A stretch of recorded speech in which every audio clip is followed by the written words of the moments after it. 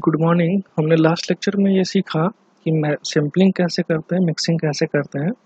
Voltage sampling का मतलब वो आउटपुट में पैरेलल में कनेक्टेड होता है और करंट सैम्पलिंग का मतलब हुआ वो आउटपुट में सीरीज से कनेक्टेड होता है। उसी तरह से मिक्सिंग्स में सीखा था हमने कि सीरीज मिक्सिंग का मतलब इनपुट साइड में जो मिक्स करते हैं वोल्टेज सिग्नल को करते हैं और करंट मिक्सिंग में जो इनपुट साइड में करते हैं वो पैरेलल में करते हैं। तो इस तरह से मिक्सिंग और सैम्पलिंग के बेसिस में हम लोगों ने 4 तरह का टोपोलॉजी पढ़ा था। तो उसमें से सबसे पहला जो था वो वोल्टेज सीरीज फीडबैक था, जिसे हम लोग सीरीज शंट फीडबैक भी बोलते हैं। तो उसको डिटेल में देखते हैं कि इसका गेन कितना होता है फीडबैक के साथ, इसका इनपुट इम्पीडेंस क्या होता है, इसका आउटपुट इम्पीडेंस क्या होता है। ठीक है, अगर एक टोपोलॉजी हम लोग अच्छे से समझ लेते हैं तो बाकी जो 3 टोपोलॉजी है वो बिल्कुल ही आसान हो जाएगा समझने के लिए। तो एक पे हम लोग ध्यान देते हैं कि कैसे होता है इसका ऑपरेशन। तो देखते हैं वोल्टेज सीरीज का मतलब हुआ इनपुट साइड में तुम्हारा वोल्टेज होगा और उस सीरीज में कनेक्टेड होगा। देख लो इस कनेक्शन सीरीज में है, ठीक है। और आउटपुट में वोल्टेज का मतलब सैम्पलिंग जो होगा वो पैरेलल में होगा। तो सबसे पहले इस नाम से हम लोग इस ब्लॉक डायग्राम को आइडेंटिफाई कर लिए कि हमारा ये जो एम्पलीफायर होगा कौन सा होगा, क्योंकि आउटपुट में भी वोल्टेज है और इनपुट में भी वोल्टेज है। तो जो एम्पलीफायर होगा वो कौन सा होगा, वोल्टेज एम्पलीफायर होगा। अब मान लो कि इस वोल्टेज एम्पलीफायर का जो गेन है वो ए बी है, ए बी मान लिए। कब है, जब कोई फीडबैक नहीं है, मतलब ये नेटवर्क नहीं है। अब मानते हैं बीटा जो है हमारा gain of the feedback network है। बीटा जो है gain of the feedback network है। वी एम मान लो इनपुट ऑफ वोल्टेज एम्पलीफायर है और वी एस कोई सोर्स वोल्टेज है। वी एफ जो है output of the feedback network है, ठीक है। अब देखो output of the feedback network है तो वी एफ कितना हो जाएगा, आउटपुट इंटू गेन यानी बीटा वी नॉट। तो जो ये वी एफ है वही यहाँ पे दिया हुआ वैल्यू उसका आर एल लोड रेजिस्टेंस है और वी नॉट जो है आउटपुट वोल्टेज है। तो ये सर्किट से हम लोग कुछ एक्सप्रेशन ड्रॉ करते हैं, लिखते हैं, उसके बाद हम लोग इसका वोल्टेज गेन क्या होता है देखते हैं। अब देखो ये हुआ इनपुट साइड, ये हुआ आउटपुट साइड। इनपुट साइड में अगर केवीएल लिखेंगे तो क्या होगा, minus V S plus V I plus beta V naught equal to zero, यानी minus V S plus V I plus V F equal to zero. V F का value है beta V naught, ये expression आया। इसको अगर rearrange करते हैं तो वी आई यहाँ से क्या आ जाएगा, V S minus V F, जिसको हम लोग मानते हैं इक्वेशन 1। अब देखो वी एफ क्या आता है, वी एफ बोले तो बीटा वी नॉट आया, कैसे आया, output into gain. V F is equal to sorry V F is equal to ये सर्किट का इनपुट हो गया वी नॉट इंटू गेन, क्योंकि वी एफ तो आउटपुट है तो output is equal to gain into input. तो हो गया यहाँ पे बीटा वी नॉट। उसी तरह से वी नॉट क्या आ जाएगा, V naught is equal to output is equal to gain into input. तो गेन इंटू इनपुट, ये 3 इक्वेशन आ गए, बेसिक इक्वेशन आ गए। इसी इक्वेशन में हम लोग आगे रीअरेंज करके गेन निकालते हैं। अब देखो इस इक्वेशन से वी नॉट इजिकल टू ये भी वी आई की जगह पे डाल सकते हैं तो V S minus V F. अब वी एफ की जगह पे क्या डाल सकते हैं, बीटा वी नॉट, तो बीटा वी नॉट कर दिए। इस टर्म को एक तरफ कर लेंगे तो आ जाएगा V naught into one plus A V beta is equal to A V into V S. अब देखो V naught by V S को एक तरफ कर लेंगे तो ये आ जाएगा A V by one plus A V beta.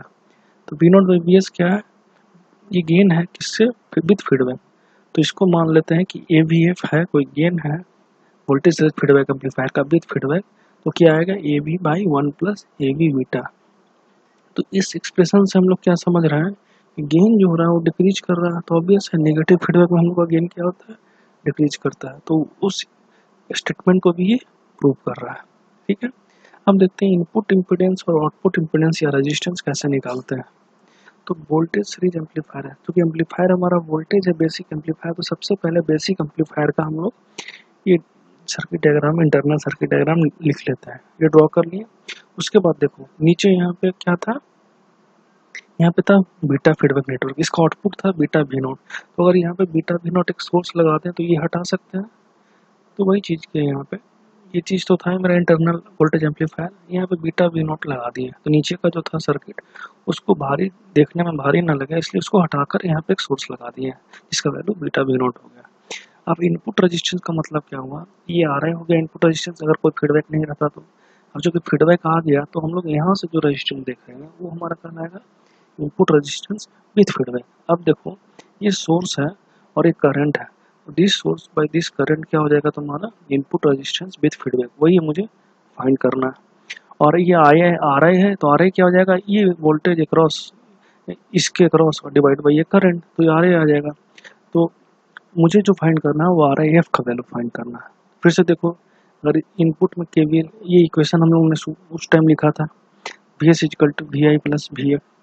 VF का वैल्यू क्या था, बीटा V नोट, फिर से डाल दिया इसमें बीटा V नोट। अब देखो V नोट का वैल्यू क्या था, AP इंटू VI था, ठीक है। तो इसको अरेंज करेंगे तो VS equal to VI into 1 plus beta AB।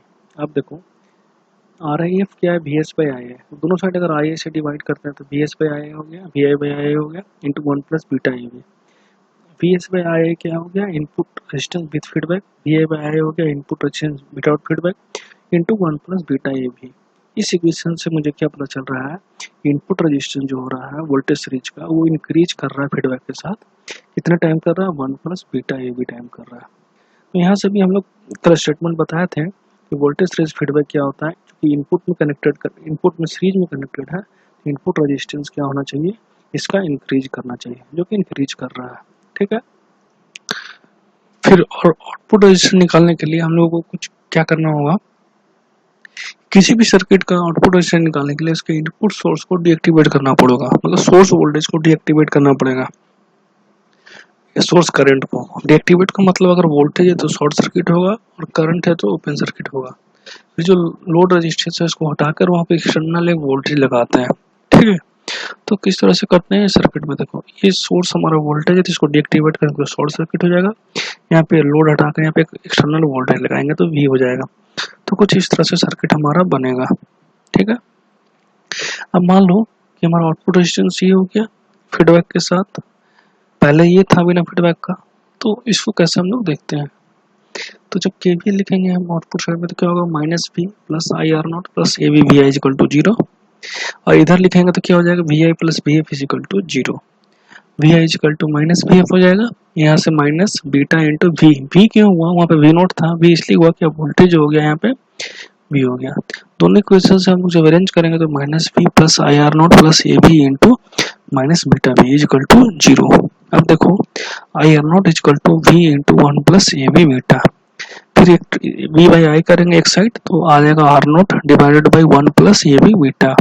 इसका मतलब आउटपुट रेजिस्टेंस विद फीडबैक हमारा क्या हो रहा है, डिक्रीज कर रहा है, कितना term, 1 plus AB time AB into beta. तो हम लोग वोल्टेज सीरीज फीडबैक में इनपुट रेजिस्टेंस इंक्रीज करता है 1 प्लस बीटा AB टाइम्स, और आउटपुट रेजिस्टेंस डिक्रीज करता है 1 प्लस बीटा AB टाइम्स। ये डिक्रीज इसलिए भी करता है, अगर देखना हो तो कनेक्शन देखो, ये सैम्पलिंग जो है पैरेलल में है, जब दो नेटवर्क पैरेलल में है तो इसका आउटपुट रेजिस्टेंस ऑब्वियसली डिक्रीज करेगा। तो इसी तरह से हम लोग रेस्ट 3 टोपोलॉजी भी देखते हैं। तो इस लेक्चर से ये सीखे हम लोग कि वोल्टेज सीरीज फीडबैक का input resistance 1 plus beta time से भी इंक्रीज करता है और output resistance 1 plus beta AB time decrease करता है। Thank you.